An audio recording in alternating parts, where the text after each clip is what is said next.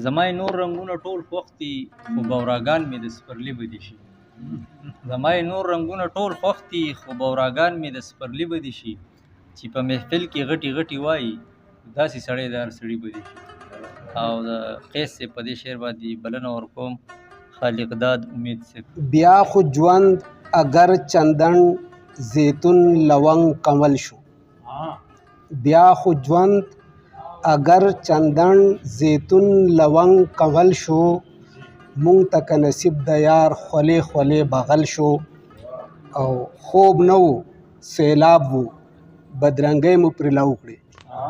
خوب نه و سیلاب و بدرنګۍ مو پرې لا وکړې. ما او تا په رنګ کې غوپې وخوړې جل تل شو. او صد سماج کر دې ګله صد معاش کر دې. صد سماج کر دې ګله صد معاش کر دې. خپل ذات را نورک خپل ذات را نورک خپل شخصیت راته محمل شو. او ما چې کشمالیو ته د یو حسن ذکر وکړو ما چې کشمالو ته د یو حسن ذکر وکړو دومره خاپیرو وستایو جوړ ترېنه غزل شو. او لاړو د ادب په اسمان وخاتو پړقېږي.